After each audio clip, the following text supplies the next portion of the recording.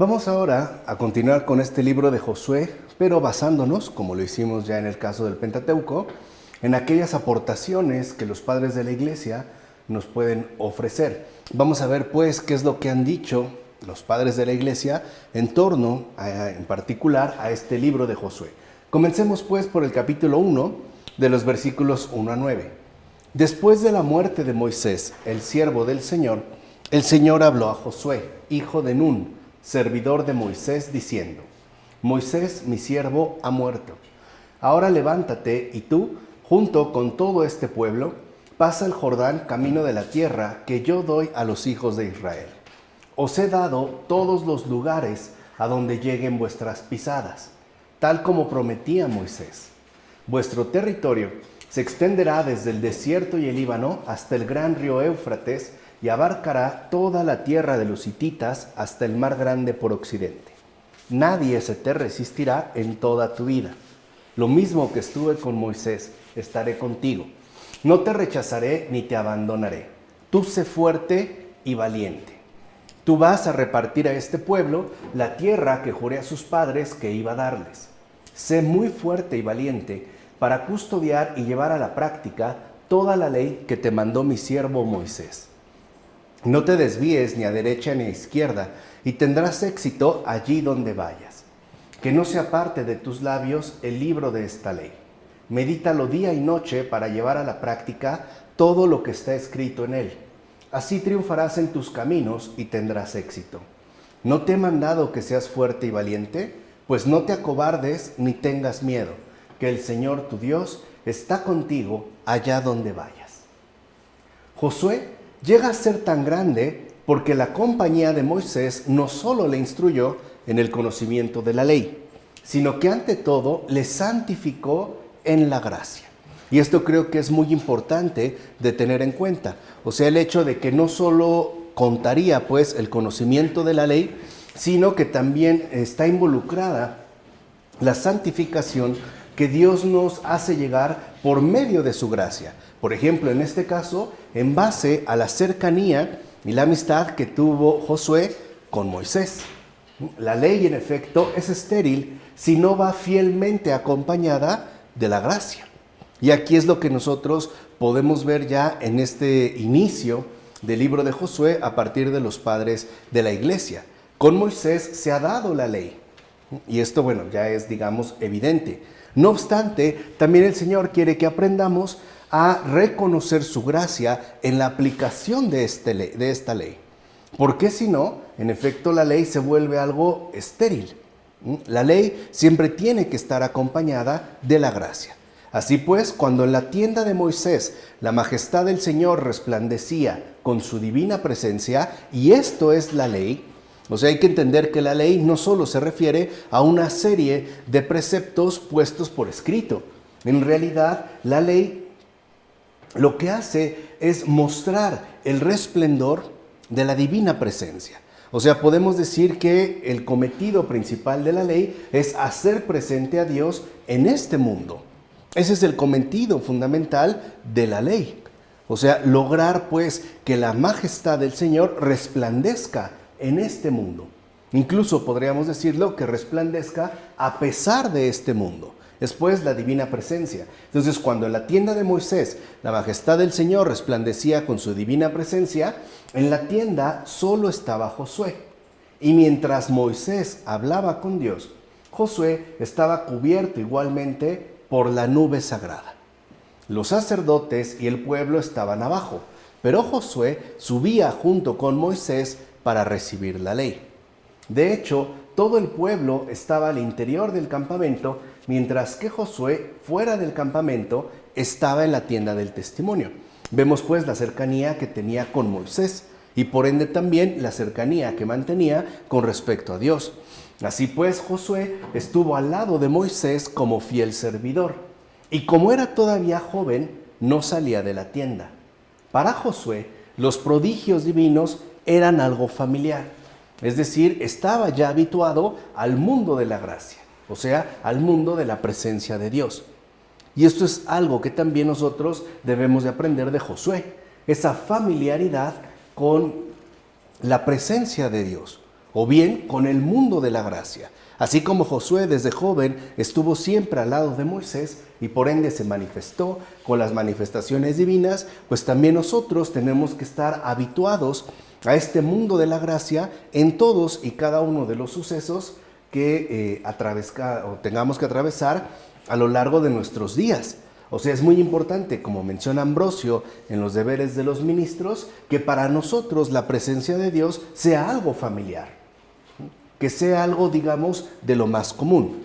Ahora bien, aunque en principio se llamaba Ausés, Moisés, presintiendo el futuro, mandó llamarle Josué, para que, al ser elegido general del ejército en la guerra con Amalek, el cual asediaba a los hijos de Israel, pudiera, gracias al simbolismo de su nombre asignado, derrotar al enemigo y llevar al pueblo a la tierra prometida. De hecho, por ello también Josué sucedió a Moisés, es decir, justamente para mostrar que la nueva ley dada por Cristo Jesús iba a sustituir a la vieja ley, la cual, como bien sabemos, había sido entregada por medio de Moisés, como afirma Lactancio en las instituciones divinas. Y aquí hay una de las convicciones patrísticas más comunes, ¿no? Ya desde el Antiguo Testamento se hicieron diversos anuncios con respecto a digamos, el paso de la ley al evangelio. Incluso se había puesto, pues, por medio de la sucesión de Moisés y Josué. Además, se reconocía que en efecto no era Moisés el que finalmente llevaría al pueblo a la tierra de promisión, sino otro, en este caso Josué, que como dijimos no era su nombre original. Este se lo puso Moisés. En base también a la gracia que lo asistía. O sea, para que nos quedara clara lo siguiente: la salvación no es obra de Moisés, es obra de Jesús. Es pues el que ha de venir, el que habría de venir. Escucha entonces por qué Josué fue grande, porque su nombre de Josué era figura de Cristo. De hecho, esa es, digamos, la grandeza que en efecto contiene Josué. Josué era en efecto figura de Jesús. Y por eso la creación le mostró reverencia. ¿Acaso hubo algún otro con el nombre de Jesús? Es el único, el que pasa directamente, ¿no?, después de Moisés. O sea, podemos decir que es el único que aparece con este nombre dentro de todo el Antiguo Testamento y viene inmediatamente después de Moisés. Ahora bien, este fue llamado así en figura porque también se llamaba Ausés. Pero al cambiarle el nombre, se puso al descubierto una predicción, o mejor aún, una profecía. O sea, el propio nombre de Josué contiene una predicción, o mejor aún, una profecía. En efecto, Josué condujo al pueblo a la tierra prometida, lo mismo que Jesús nos ha conducido al cielo.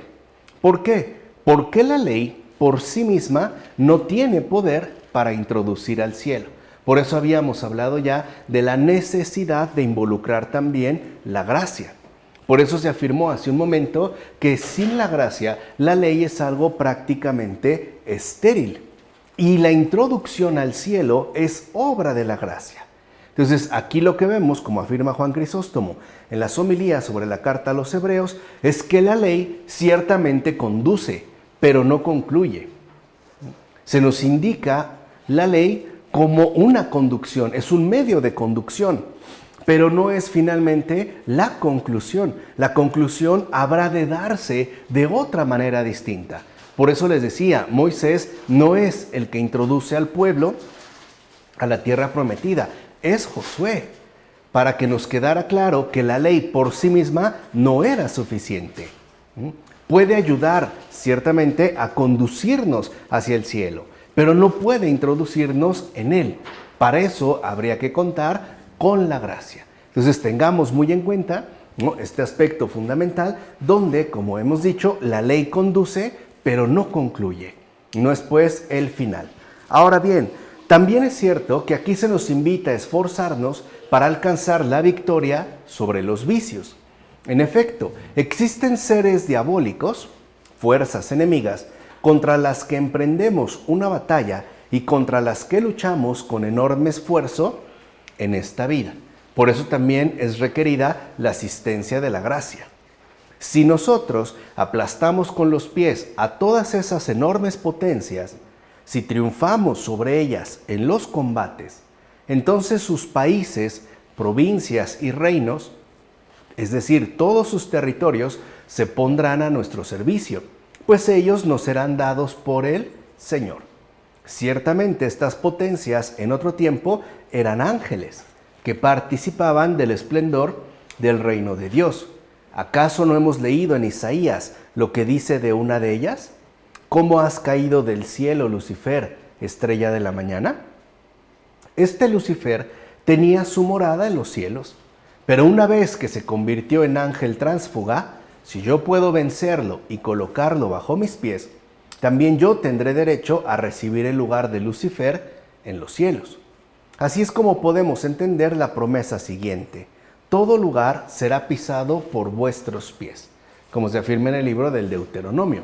Ahora, no pensemos que se puede entrar en esa herencia no haciendo nada o permaneciendo somnolientos en la negligencia y la pereza. En efecto, es la indolencia la que no nos permite expulsar a las fuerzas enemigas de la tierra prometida. Recuerden que aquí la tierra hace referencia tanto al cielo como al alma. También nuestra alma ha sido conquistada por fuerzas enemigas, es decir, por poderes demoníacos, tanto a un nivel, digamos, muy moral, como a nivel incluso metafísico. Por eso también nosotros tenemos que llevar a cabo una ardua labor de recuperación, la cual no se ejecuta como debiera ser debido a la negligencia y en particular a la pereza. Somos negligentes, es decir, hacemos más lo que no importa que lo que sí importa. O sea, aquello que tenemos que hacer no lo hacemos. Y nos podemos dedicar a muchas otras cosas. E incluso postergamos, por ejemplo, la resolución de ciertos conflictos que no pueden postergarse más. Así pues, si algunos demonios incitan al orgullo, la avaricia, la impureza, la cólera, etc., sabes bien que todos estos vicios incitan siempre a realizar cosas perversas. Y si tú no vences a esas pasiones en tu corazón, y no las haces desaparecer de la tierra, o sea, tu alma, santificada ya por la gracia del bautismo, nunca recibirás la plenitud de la herencia prometida, como afirma Orígenes en las homilías sobre Josué. Entonces vean, la salvación ya está realizada, pero a nosotros nos toca una ardua tarea de purificación, que es el recorrido que tenemos que hacer a lo largo de toda nuestra vida. Tenemos pues que erradicar todas estas potencias adversas, al grado de que ya no demos cabida al pecado en nuestro corazón. Esto no quiere decir que vamos a eliminar el pecado. No, porque no es eso lo que se nos está solicitando. Lo que se nos está pidiendo es simple y sencillamente que nosotros no demos acogida al pecado de ninguna manera. En ningún, si lo quieren ver así, nivel.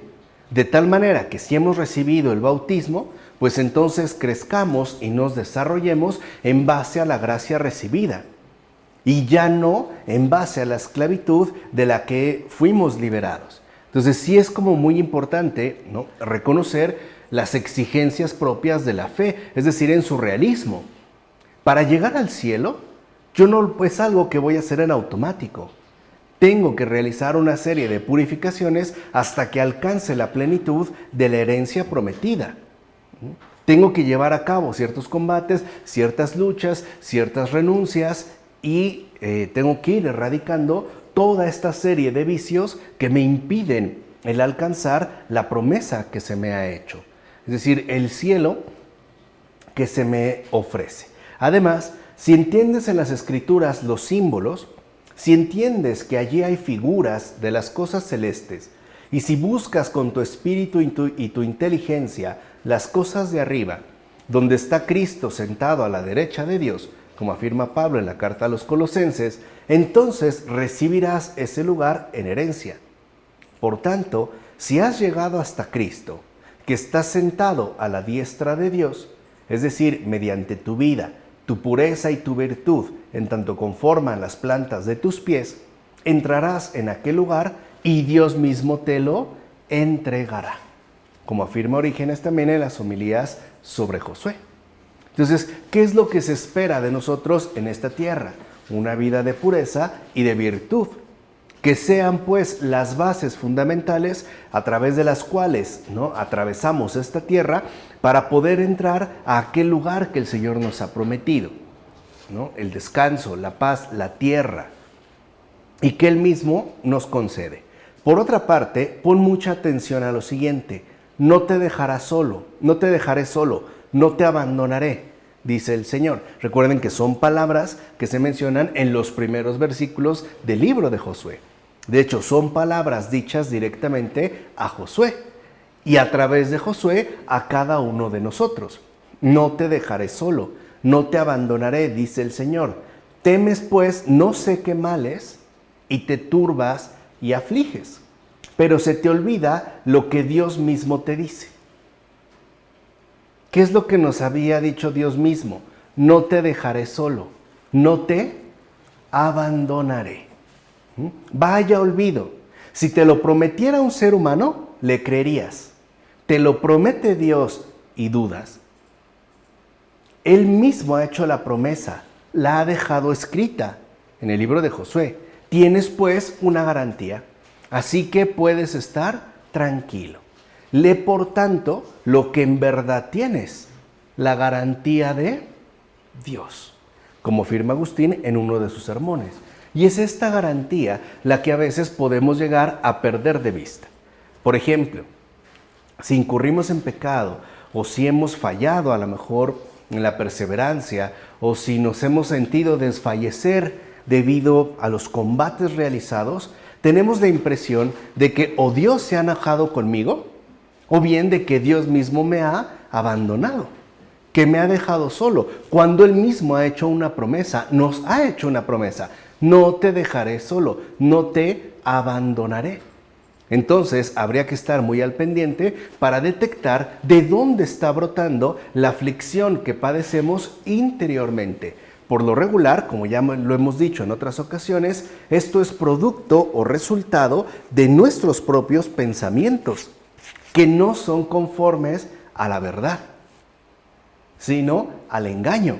Entonces, es muy importante que nosotros, ¿no?, retengamos siempre la garantía que Dios nos ha dado y que incluso ha puesto por escrito: no te abandonaré, no te dejaré solo. Porque recuerden, si José tiene que, ¿no?, ir al frente para poder, ¿no?, llegar a la tierra prometida, pues también cada uno de nosotros tiene que ir al frente en la batalla. No es una batalla simple, no es una batalla sencilla. De hecho, es una batalla bastante complicada y a veces incluso bastante agotadora. Pero tenemos una garantía y no se trata de cualquier garantía. Es la propia garantía de Dios que hasta nos ha dejado por escrito. Entonces, podemos estar tranquilos. Por eso creo que es como muy importante que nosotros siempre estemos custodiando el corazón, para no dejar que nada ni nadie me quite la tranquilidad que el Señor me concede. Y así creerle a Él en base a su palabra. En consecuencia, si el mismo Señor nos ha dicho: no te dejaré, ni te desampararé jamás, ¿acaso hemos de dudar de la palabra de Dios? Él nos ha prometido su amparo y protección. Nuestro esfuerzo consiste en creer firmemente con todo el corazón en lo dicho por Dios y avanzar con valentía, como afirma Clemente de Alejandría en su Strómata. Esa es la parte que nos corresponde. Dios ya nos ha dado la base, nos ha dado su promesa. No nos va a abandonar, no nos va a desamparar, no nos va a dejar pues solos. Esa es su palabra y la ha dejado por escrito. Él ya hizo su parte. ¿Qué nos corresponde a nosotros? Pues justamente creer firmemente en lo que Él mismo ha dicho y a partir de ahí avanzar con valentía. Porque es muy fácil, ¿no?, incurrir en cobardía. Por ejemplo, Al experimentar la dureza de los combates, quizá nos afligimos y nos damos por vencidos. Incluso ni ganas tendríamos de seguir adelante. Pero tenemos la garantía de Dios. No te abandonaré ni te dejaré solo. No te voy a desamparar. Es tanto como si Dios nos dijera, no te preocupes, cuentas conmigo. ¿Por qué temes? ¿Por qué te afliges? ¿Por qué no confías en mí? ¿Se entiende aquí los desafíos de la fe? Por eso les decía, se trata, ¿no?, de un gesto vivencial que también nos invita a avanzar con valentía. Dios está de nuestra parte, no en contra nuestra, que no se nos olvide jamás. Dios ha hecho todo a nuestro favor. Y Dios está, vuelvo a repetir, de nuestra parte, no está en nuestra contra. Dios siempre está cerca de todos y cada uno de nosotros, lo cual en efecto nos debe de tranquilizar, nos debe de fortalecer y sobre todo nos debe permitir avanzar con valentía. A veces puede llegar la tentación de la renuncia, ¿no? Del no quiero seguir adelante. Ha sido muy difícil, me siento devastado, ¿no? O mi alma está quebrantada. De acuerdo. Si has llegado a una situación así, pues asúmela. Permite darte tu tiempo a que te puedas volver a recuperar. Y una vez recuperado, seguir adelante. Avanzando pues con valentía. Porque también se requiere de una profunda valentía espiritual. Repito, no es algo que nosotros tenemos que inventarnos. No es una especie de autosugestión. Es algo que viene dado de una base sólida, la propia palabra de Dios, que nos ha dicho, por ejemplo, no te preocupes, yo no te voy a abandonar, no te voy a dejar. Permanece tranquilo, confía en mí. ¿De acuerdo? Por eso vemos por qué el libro de Josué es tan importante. Porque ya habíamos dicho, ¿no? En el Deuteronomio se ha dado la ley. Ahora se trata de ponerla en práctica.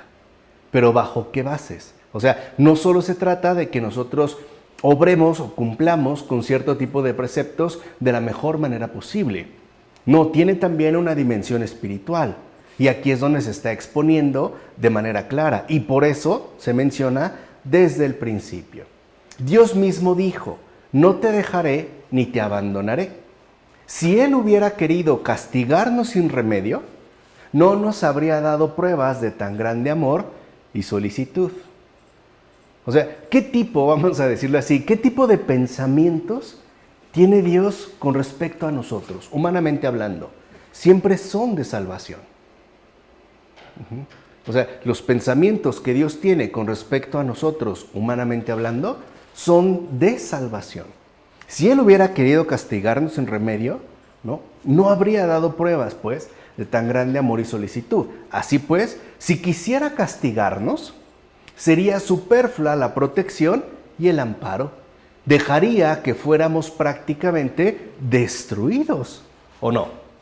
Siendo sinceros, o sea, si Él quisiera castigarnos, ¿para qué nos habla de un amparo?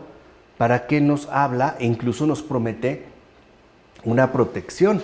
¿Por qué entonces saltamos a la mitad del sueño por la inquietud? ¿Por qué nos sobresaltamos tan fácilmente? Eso es tener poca fe. Eso es justo lo que el Señor había dicho, hombre de poca fe. Porque no se mide en una especie de certeza autorreferencial. No, se mide en base a nuestras reacciones según los mismos acontecimientos. O sea, ¿por qué nos podemos perturbar tan fácilmente? ¿O por qué nos podemos llenar de preocupaciones y de aflicciones? ¿Qué es ahí lo que está ocurriendo? O sea, ¿por qué nos sobresaltamos tan fácilmente? Es posible, fíjense, es posible que hayamos ofendido gravemente a Dios, pero su divina clemencia no nos abandonará jamás, como afirma Juan Crisóstomo en las homilías al pueblo antioqueno. Y de ahí es donde debemos partir. O sea, lo que verdaderamente cuenta en nuestra relación con Dios no es el pecado, es la gracia. El protagonista de esta historia es Dios. no el pecado. Y eso es algo que debemos de tener siempre muy presente, porque sí, en efecto, es posible e incluso bastante probable que ofendamos a Dios y gravemente, de acuerdo, pero Él nos ha dado una promesa. Su divina clemencia no nos va a abandonar jamás. ¿Qué nos ha ofrecido? Amparo y protección. Por ende, consuelo. ¿Qué es entonces lo que espera de nosotros? Que podamos experimentar la tranquilidad del corazón, la paz del alma. Eso no significa que las situaciones adversas van a desaparecer. No, significa que se van a vivir de una manera completamente distinta, es decir, con fe. Entonces de ahí partimos y vuelvo a repetir, no, a insistir, es una promesa que se le ha hecho a Josué. Y a través de Josué es una promesa hecha a todos y cada uno de nosotros, porque la palabra de Dios fue dada para todos, a través precisamente de figuras, ¿no?, muy particulares, pero que tienen aplicación a todos. Nadie pues está excluido, humanamente hablando, de esta promesa. Entonces, confiar en Dios es confiar en lo que nos ha dicho. No te abandonaré, no te desampararé. Tranquilo. Yo creo que esa es una de las cosas que Dios más nos ha de repetir espiritualmente hablando al corazón. Tranquilo, tranquilo. Literalmente no pasa nada. Tranquilo, estoy contigo, estás en mis manos. No es agradable, pero puedes estar tranquilo.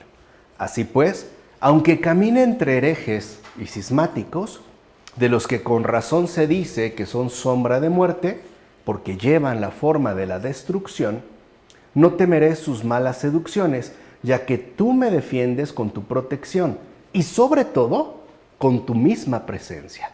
Ya lo dijimos al principio, ¿qué es la ley? La presencia de Dios. Por eso, como escribe el profeta, no te abandonaré ni te dejaré. Es evidente que en este mundo la iglesia camina entre malvados, pero tu presencia nos resguarda y protege, como afirma Casiodoro en el comentario a los Salmos. Cuando se habla de iglesia, no crean que se está hablando de la reunión cuantitativa de fieles. No, se está hablando de aquellos que en verdad son discípulos del Señor y que, por cierto, siempre han sido minoría. Siempre han sido los menos. La mayoría de nosotros no nos comprometemos, al menos no totalmente, y nos solemos desviar. Pero la iglesia ha estado conformada por los fieles amigos de Cristo. Unos pocos, pero suficientes para mantener a la iglesia en pie. Entonces, no tenemos que asustarnos de que, por ejemplo, tengamos que caminar entre malvados. De hecho, el mundo actual es muy malvado, ¿no? O sea, tal parece que la malicia ha ganado terreno, ¿no?, y cada vez se hace más descarada. En todos los niveles. Bueno, ¿el Señor nos ha abandonado por eso? No. ¿Por qué el Señor ha permitido que vivamos en una época así? Esa es una buena pregunta. O sea, ¿por qué ha permitido a lo mejor que tenga hijos incluso, ¿no?, en un mundo tan enloquecido? Porque literalmente es locura, ¿no? ¿Por qué? Bueno, porque su presencia es lo que nos resguarda y protege. Él no nos va a abandonar. Así las cosas se pongan terribles, Él siempre estará acompañándonos, siempre estará protegiéndonos, siempre estará bendiciéndonos. Porque no lo olvidemos, Dios es bueno. Y eso es algo que creo que ya hemos insistido en muchas ocasiones. Bueno, aleja siempre de ti todo orgullo y sé valiente. Mira, cuando Josué, hijo de Nun, fue valeroso, Dios le libró de sus enemigos. Así pues, si tú eres pusilánime, serás extranjero a la ley de Dios. La pusilanimidad te hincha de pretextos, por ejemplo, de desconfianza y negligencia. Ese es el pusilánime, ¿no? Siempre tiene un pretexto. Por ejemplo, ay no, ¿qué caso tiene? ¿Para qué? No vale la pena. No lo voy a lograr, etcétera, etcétera. Pero el objetivo que trae entre manos la pusilanimidad es que no entres a la tierra prometida. O sea, que no experimentes la presencia de Dios en tu vida. Uno también tiene que ser atrevido en las cuestiones de fe. Uno también, como les dije hace un momento, uno también tiene que asumir esta capacidad de avanzar con valentía, golpeados, pero dispuestos a seguir adelante. Literalmente no pasa nada. Si en algún momento de nuestra experiencia creyente nos sentimos devastados o quebrantados, no pasa absolutamente nada. Es un momento. Ya habrá tiempo de recuperación y volver de nuevo al camino con esta valentía.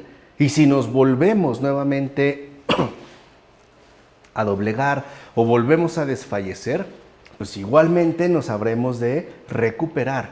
Pero lo importante es que a nosotros no nos desvíen de lo que el Señor nos quiere conceder, la tierra prometida, ¿vale?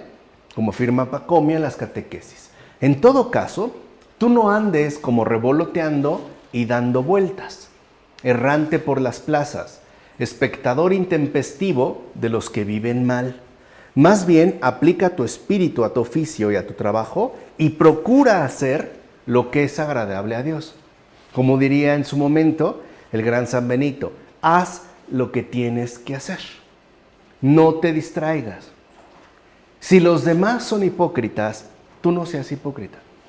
Si los demás son mentirosos, tú no seas mentiroso. Si los demás son fraudulentos, pues tú no seas fraudulento. No te desvíes, que tu atención no se vea desviada. Ahora, ¿cómo lo puedes lograr? ¿Cómo puedes hacer lo que es agradable a Dios? La misma Escritura te lo dice. No se aparte de tu boca el libro de esta ley. Recuerden que son palabras que el Señor mismo le dijo a Josué. No se aparte de tu boca el libro de esta ley, sino que la meditarás día y noche para guardar y cumplir todo lo que en él está escrito. Así pues, medita y recuerda siempre las palabras de Cristo. Pero siempre. Eso es el hábito de oración. Hacemos una oración en la mañana basados en la palabra de Dios, el Antiguo Testamento, el Nuevo Testamento, y nos quedamos con una frase o unas palabras de esta palabra y las estamos rumiando a lo largo de todo el día, incluso al momento de dormirnos. O podemos prepararla en la noche, retomarla en la mañana, pero tener siempre presente en la boca, ¿no?, la palabra de Dios y muy en particular las palabras de Cristo. Acuérdense, por ejemplo, cuando los apóstoles estaban muy espantados, ¿no?, porque iba caminando sobre las aguas y les dijo, no teman, soy yo.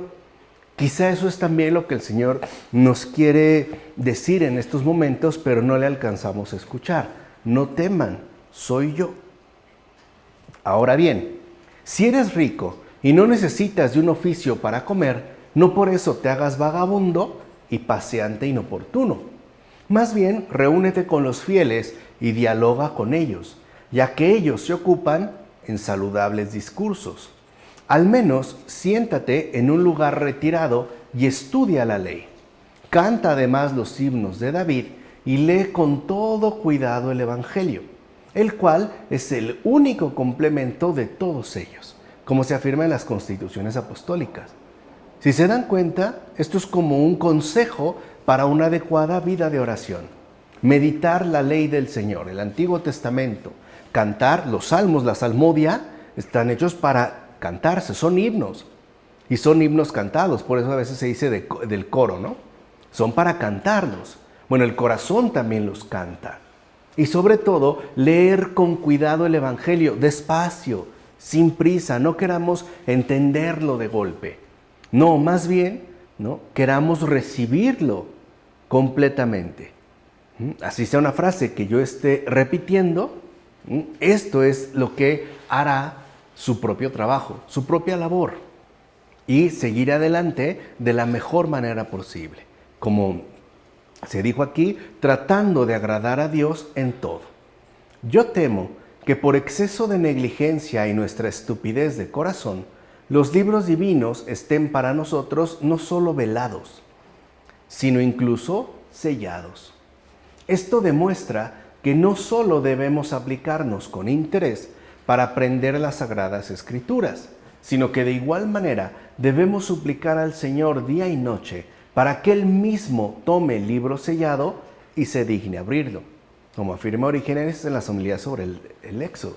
O sea que la comprensión de las Escrituras es también una obra de Dios, es una gracia de Dios. ¿A quién le es concedida? A quien se aplica con interés en aprender su palabra. O sea, el que realmente manifiesta un interés, ¿no?, por aprender las Escrituras y se ve acompañado de las súplicas constantes hacia el Señor. Por último, aprobamos la palabra que recomienda ejercitarse día y noche en el recuerdo de Dios, pero lo aprobamos para bendecirlo, no para estar disputando sobre él, porque eso es lo que muchos hacen. Se acercan a la palabra de Dios para disputar, para generar conflictos, ¿no?, para levantar discordia, e incluso se la saben por libros, capítulos, versículos, pero con el afán no de bendecir al Señor, sino incluso de discutir ya no solo con Él, sino con los demás. A veces, la propia teología se suele convertir en una gran impiedad, porque seamos sinceros, a veces los más estudiosos de las Escrituras pueden ser los más impíos en sus afirmaciones. Por eso debemos ser oportunos y rectos en nuestro proceder, como afirma Gregorio Nacianceno en el Discurso Teológico. Bien, capítulo 1, versículos 10 a 18. Josué dio la siguiente orden a los capataces del pueblo: pasad por medio del campamento y transmitid al pueblo esta orden: abasteceos de provisiones, porque dentro de 3 días pasaréis el Jordán para tomar posesión de la tierra que el Señor vuestro Dios os va a entregar. Vean cómo ya se van dando las precisiones de Josué al pueblo. Pero primero le habló el Señor y le dio las bases importantes. A los de Rubén, a los de Gad y a media tribu de Manasés les dijo: recordad el mandato que Moisés, el siervo del Señor, os impuso. El Señor vuestro Dios os ha proporcionado un lugar de reposo al entregaros esta tierra. Vuestras mujeres, niños y ganado permanecerán en la tierra que Moisés os ha asignado tras el Jordán. Pero vosotros, los guerreros, lo pasaréis armados al frente de vuestros hermanos para prestarles ayuda hasta que el Señor les proporcione un lugar de reposo como a vosotros, y hasta que también ellos hayan tomado posesión de la tierra que el Señor vuestro Dios les ha otorgado. Entonces podréis volver a la tierra de vuestra propiedad, la que os otorgó Moisés, el siervo del Señor, al oriente del Jordán, y tomar posesión de ella. Respondieron a Josué: haremos todo lo que nos ordenas e iremos a donde nos envíes. Como obedecimos en todo a Moisés, así te obedeceremos a ti. Nos basta que el Señor tu Dios esté contigo como estuvo con Moisés. Todo el que te contradiga y no obedezca tus órdenes, cualquiera que sea, morirá. Tú, sé fuerte y valiente. Vean cómo se vuelve a insistir en sé fuerte y valiente. A la muerte de Moisés, fue Josué el que tomó el mando. Y al prescribir la ley, el Jesús verdadero, nuestro Señor, obtuvo la soberanía sobre el mundo entero. Aquel Josué, que era figura del Señor, cuando llegó al río Jordán, dijo a su pueblo: abasteceos de provisiones para 3 días. Los 3 días, hermanos míos, representan el misterio de la Trinidad. ¿Y qué alimento hemos de preparar para 3 días? Pues la fe. Es la fe la que nos abastece de sustento, ya que por fe creemos en la Trinidad. Y aquí es donde se está expresando lo fundamental del misterio. Hay que acercarse a la ley, hay que cumplirla para alcanzar la fe, porque solo será por medio de la fe que lograremos creer en la Trinidad, es decir, ya en la revelación de Dios. Así pues, abastecerse de alimento para 3 días significa creer en el misterio de la Trinidad.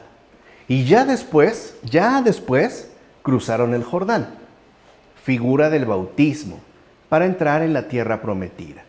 Es verdad, hermanos míos, el que no pasa por el sacramento del bautismo no verá la tierra prometida, es decir, la gloria eterna, como afirma Cesario de Arles en un sermón.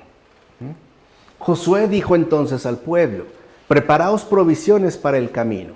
Hoy también, si lo escuchas atentamente, te dice Cristo el Señor: si me sigues, prepara alimentos para el camino. Fíjense, si me sigues, prepara alimentos para el camino. Los alimentos son las buenas obras, que como provisión segura para el viaje nos acompañan hasta la vida futura. Quiere decir que ante el Señor no hemos de llegar con las manos vacías, sino repletos y en abundancia de buenas obras, llenos de provisiones. Por eso, hermanos, entended lo siguiente: si cada uno no se ha preparado alimentos, es decir, si no se ha abastecido lo suficiente de provisiones, de buenas obras, no puede seguir a Jesús cuando entra en la tierra prometida. Como afirma también Cesario de Arles en este sermón. Entonces también se nos invita a que en el seguimiento a Jesús vayamos abasteciéndonos gradualmente de provisiones. En pocas palabras, que ejercitemos de manera frecuente y constante la caridad. De tal manera que gracias a estas provisiones nosotros también podamos entrar con Jesús en su reino. No podemos llegar, como yo les dije, con las manos vacías, porque en esta vida siempre se nos da la oportunidad de hacer el bien, de muchas maneras. En sentido material, en sentido emocional, en sentido afectivo, en sentido social, en sentido político, en sentido espiritual, intelectual, como quieras, pero siempre hay muchas oportunidades. O sea, no tenemos pretexto, pues, para no tener buenas obras. O sea, no hay nada que justifique nuestra carencia de buenas obras, puesto que estamos llamados en el seguimiento a abastecernos suficientemente de estas provisiones. Por último, ten en cuenta que no se les concede descanso a los que de Moisés reciben la herencia, si no ayudan antes a sus hermanos en sus batallas. Y esto también es muy fundamental. O sea, la fe no es una cuestión individualista, de ahí quiero llegar al cielo y descansar y ya. No. Aquellos que han sido llamados por el Señor para estar al frente, en general los bautizados, no van a entrar en el descanso si antes no han ayudado a sus propios hermanos en sus respectivas batallas. En efecto, en este caso, solo mujeres y niños reciben el descanso. El resto no descansa, ya que tiene que salir en auxilio de sus hermanos. Muchas veces nosotros estamos llamados a auxiliar a nuestros hermanos en sus batallas. Y esto solo lo podemos hacer si las hemos experimentado. Si hemos estado, pues, en el campo de batalla. Si hemos pisado el terreno, ¿no? Y hemos conocido cómo es que se dan las cosas. Estamos llamados, ciertamente, ¿no?, a auxiliar a los demás. Así pues, estamos llamados a salir armados con la verdad para luchar junto a nuestros demás hermanos. El combate es, pues, compartido. Por eso debemos estar preparados para la batalla. Debemos ser fuertes y valientes para luchar junto a nuestros demás hermanos, como afirma Orígenes en las homilías sobre Josué. Y detengámonos un momentito en esto último. Debemos ser fuertes y valientes para luchar junto a nuestros demás hermanos. El combate, no lo olviden, es compartido. Hoy tal parece que estamos como encapsulados, ¿no?, en experiencias religiosas más o menos privadas. Pero como que nadie más sabe ni lo que ocurre, ni nos auxilia, ni nos ayuda, ni nos entiende. Y esto quizás se deba a que en definitiva no estamos compartiendo una misma fe. Acuérdense que estamos llamados, pues, a ser un solo cuerpo, un mismo cuerpo, una sola iglesia. Entonces, en la medida en la que el Señor nos concede crecer en la fe, Será justo la misma medida en la que tengamos que salir y ayudar a nuestros hermanos en sus combates. Porque en efecto la fe involucra una lucha, involucra un esfuerzo continuo y sobre todo involucra esa fortaleza y esa valentía que, como ya les dije, viene dada a partir de lo que el Señor mismo nos ha prometido. Así llegamos al capítulo 2, versículos 1 a 7. Josué, hijo de Nun, envió en secreto desde Sittim 2 exploradores diciendo: id e inspeccionar la tierra, especialmente Jericó. Ellos se fueron, llegaron a casa de una prostituta llamada Rahab y se alojaron allí. Pero enseguida llegó la noticia al rey de Jericó: mira, unos israelitas han llegado aquí esta noche para explorar toda esta tierra. El rey de Jericó mandó que dijeran a Rahab: saca a los hombres que se han llegado a ti, los que vinieron a tu casa, porque vienen a espiar toda esta tierra. Pero la mujer tomó a los 2 hombres, los escondió y dijo: es verdad, unos hombres vinieron aquí, pero yo no sabía de dónde eran. Al oscurecer, cuando iba a cerrar la puerta, esos hombres se marcharon. No sé a dónde han ido. Perseguidlos a prisa, que los alcanzaréis. Ella los había hecho subir a la azotea de su casa y los había escondido entre unos haces de lino que tenía almacenados en la azotea. Entonces los otros iniciaron su búsqueda camino del Jordán hacia los vados. En cuanto salieron los perseguidores, se cerró la puerta. Es como una escena muy dramática, ¿no? Muy intensa. Bien, mira, Josué, nombre que significa Salvador, después de la muerte de Moisés, llevó al pueblo a la tierra prometida. Esto significa que es figura de Jesús, nombre que significa el Salvador. Fíjense la diferencia, Josué es Salvador, pero en cambio Jesús es el Salvador. Él, o sea, esta es figura de Él, de Jesús, ya que el Señor quiso conducir a su pueblo al Evangelio. Y para ello, vean, envía el Señor a 2 exploradores a Jericó. Jericó es figura del mundo, de la pura mundanidad. Ya la habíamos visto en la introducción. Eso es Jericó. Es figura del mundo, de la pura mundanidad. Pues bien, el Señor envió a 2 exploradores. Uno de ellos al pueblo de los circuncidados y el otro al de los gentiles. O sea, envió a Pedro y a Pablo. Uno para los circuncidados y otro para los gentiles. Jericó pretendió darles muerte, pero una ramera, o sea, la iglesia de los gentiles, los acogió, como afirma Jerónimo en el Tratado sobre los Salmos. Y esto creo que es muy importante de tomarse en serio porque en los textos patrísticos, o al menos en bastante de ellos, la iglesia en efecto es reconocida bajo la figura de esta prostituta, que es la que acoge a los enviados del Señor e incluso por ello mismo es que alcanza la salvación. Además, no es casual que Josué enviara 2 exploradores a Jericó.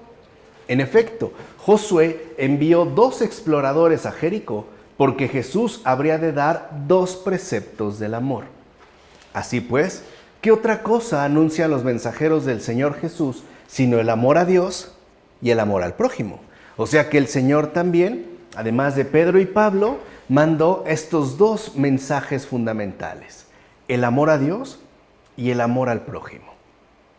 Son pues, si lo quieren ver así, sus enviados especiales.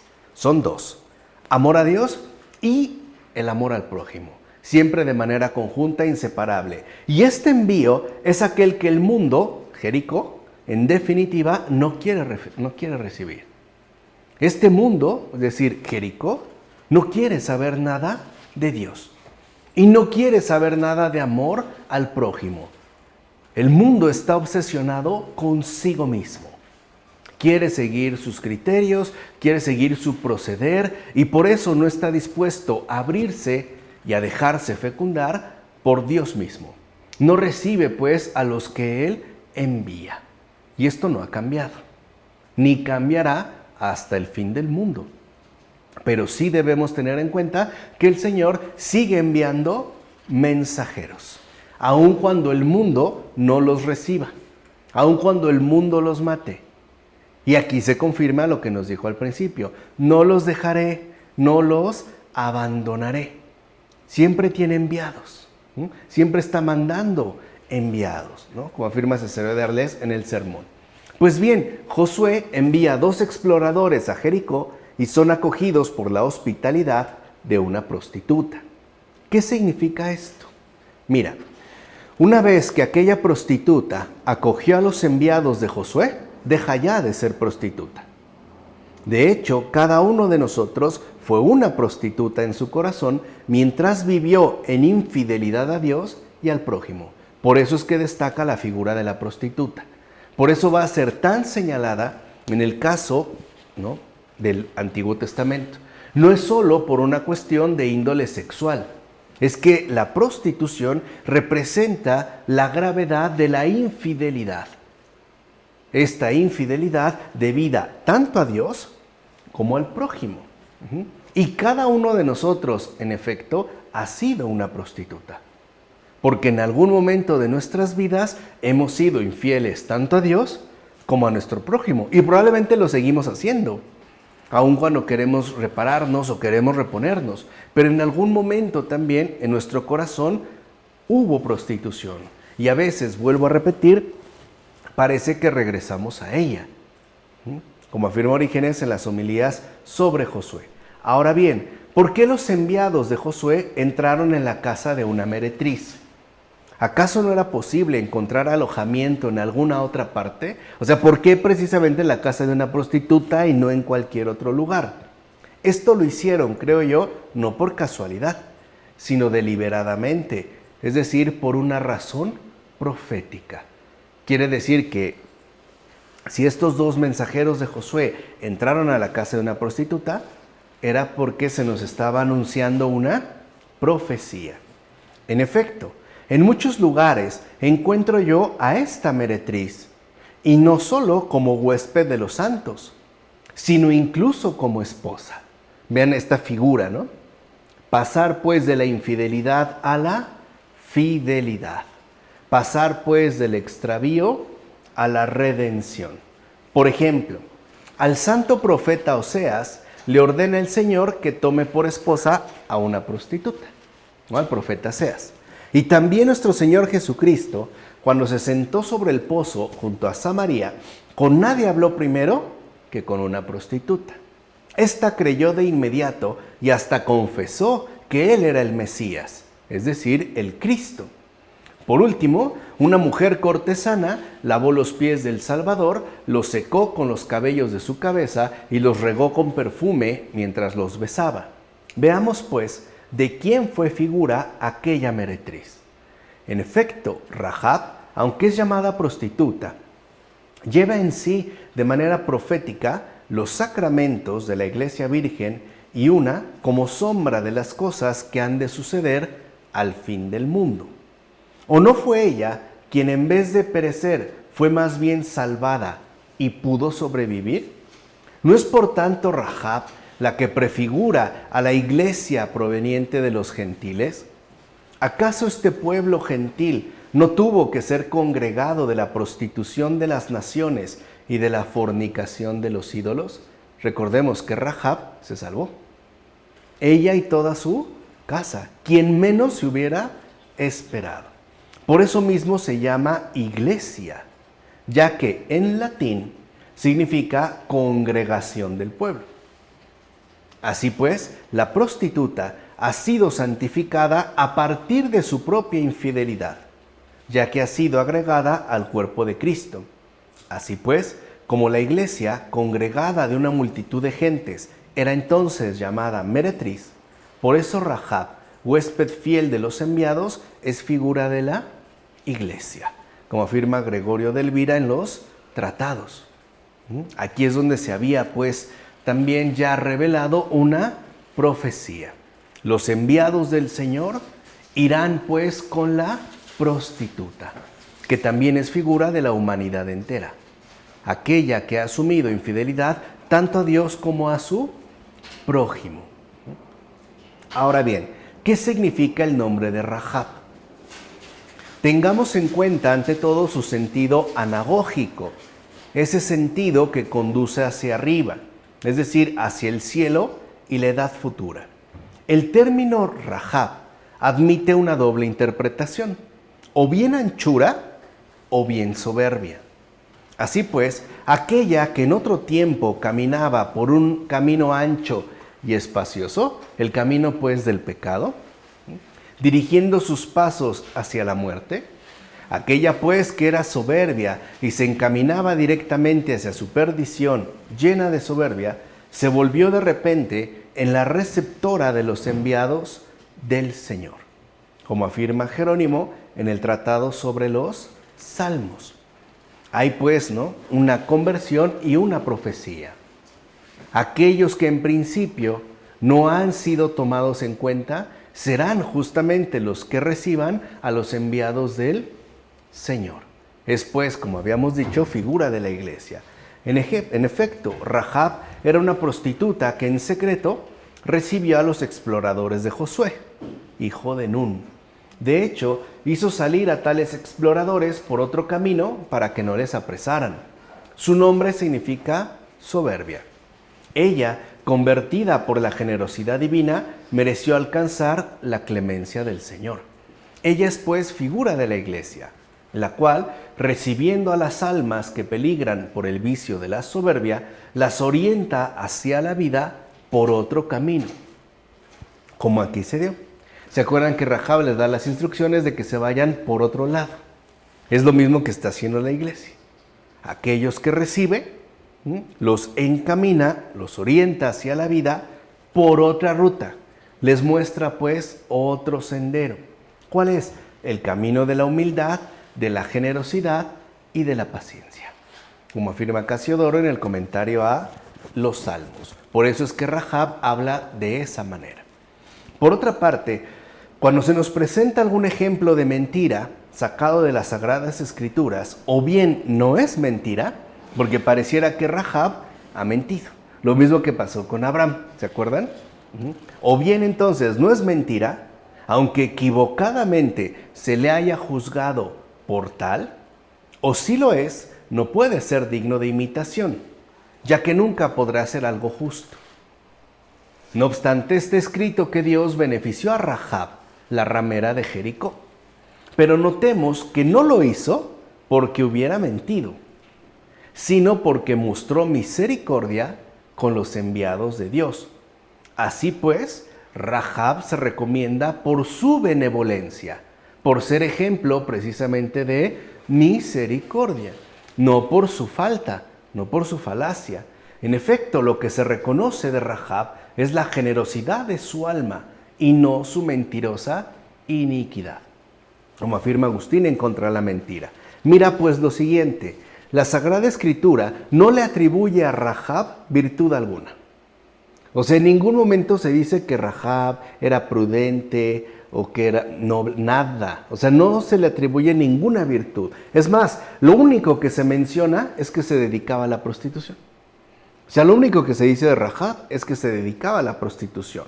Ahora bien, a pesar de la mentira dicha, mereció ser agregada al pueblo de Dios con una bendición eterna. ¿Acaso mereció tal cosa por mentir? En lo absoluto, ya que más bien no quiso traicionar a los enviados por Josué. Es decir, prefirió esconderlos en su casa para que no fueran apresados y asesinados. Así pues, ¿qué resalta en Rahab? Pues su bondad. Lo que habíamos mencionado también hace unos momentos. Estamos llamados a manifestar la presencia de Dios en este mundo. Y esto solamente se logra a través de la bondad, como afirma Juan Casiano en las conferencias. En efecto, observa bien cómo Rahab junta una gran prudencia con su benevolencia y bondad. Cuando fueron enviados de parte del rey algunos para que investigaran acerca de los exploradores y le preguntaron: ¿han entrado en tu casa tales hombres? Ella contestó: sí, han entrado. Así pues, ella primero pone el fundamento de la verdad y sobre tal fundamento edifica todo lo demás. O sea que Rahab no quiere mentir deliberadamente, ya que de ser así hubiera dicho desde el principio, no han entrado, aquí no han venido, no sé de qué me estás hablando. Ella dijo, sí, han entrado. De hecho, si esa hubiera sido su respuesta, entonces los enviados del rey hubieran llevado a cabo un registro de la casa. Pero al decir sí, han entrado, pero han salido por otro camino, no está mintiendo, ya que ese otro camino es el de la salvación de Dios, que Dios mismo les tenía preparada. ¿Se dan cuenta del nivel de la profecía? Sí se fueron por otro camino. Y ese es un camino de salvación. No era el esperado. ¿Entiendes bien lo que te digo? ¿Te das ya cuenta cómo Rahab no traiciona en ningún momento las cosas divinas? ¿Acaso la mención de la azotea no es indicio de que su salida en efecto se realizó por otra parte? De una manera totalmente inesperada, es decir, de acuerdo con lo venido de lo alto. Así pues, por no traicionar las cosas divinas, es que el propio Josué clamará en el desierto, permanezca con vida la meretriz Rahab. Sí, los que jamás traicionan las cosas divinas permanecen con vida para siempre, como afirma Juan Crisóstomo sobre la penitencia. Por último, y ya con esto llegamos al final de esta exposición, es entonces importante recordar a Rahab, la prostituta. ¿Por qué? Porque fue la única que ante el peligro de muerte que acechaba a los dos exploradores, les proporcionó un refugio seguro. Y mira bien que no les dio cobijo en un sótano, sino en una terraza, es decir, en una azotea, o sea, según la sublimidad de su propia fe. ¿A dónde los llevó? A lo alto. No los dejó abajo, los llevó a lo alto. Y además los cubrió con cañas de lino. El lino, de hecho, simboliza la pureza. Esto significa que efectivamente cree en los enviados de Dios y por ende de Josué. Y por eso pone a salvo en su azotea a quienes Jericó, el mundo, quería quitar la vida. ¿No te parece extraño que a pesar de ser una prostituta, tenga un gesto de pureza en su obrar? Representado, dijimos, por el lino. En efecto, primero los coloca en el lugar más elevado de su propio hogar y a continuación los cubre con lino, es decir, los protege con un símbolo de pureza. El lino, como bien sabemos, tras mucho esfuerzo y trabajo, se vuelve blanco. Sabéis además que el lino nace de la tierra y que mientras brota de ella es negro y no aparenta tener utilidad alguna. Así pues, primero se recolecta, luego se quiebra y se retuerce para posteriormente ser lavado. Finalmente se carda y al cabo de mucho esfuerzo y trabajo llega a adquirir una blancura casi radiante. Así pues, lo que se nos está dando a entender es que esta meretriz ocultó a aquellos exploradores en su lino para que éstos confirieran a su vez blancura a su alma, como afirma Jerónimo en el Tratado sobre los Salmos. Vemos pues cómo entonces la realidad de la gracia opera de maneras que nos pueden parecer al principio incluso escandalosas. No obstante, ella reconoce que son enviados del Señor, ¿no?, de Dios, y por ende también de Josué, y al mismo tiempo, a pesar pues de su situación de vida, no por eso busca manchar a los demás. Ahí es donde ella conserva esta pureza que se refleja a través del lino, porque también ella espera que su alma sea blanqueada, cosa que así será, pero no sin esfuerzo. Así como el lino se vuelve blanco tras mucho esfuerzo y trabajo, lo mismo el alma. El alma también será casi radiante, no de una blancura casi radiante con el lino, pero no sin que se tenga que llevar a cabo un verdadero esfuerzo a lo largo de toda la vida. ¿De acuerdo? Vamos a dejarle hasta aquí. En nombre del Padre, del Hijo, del Espíritu Santo. Amén.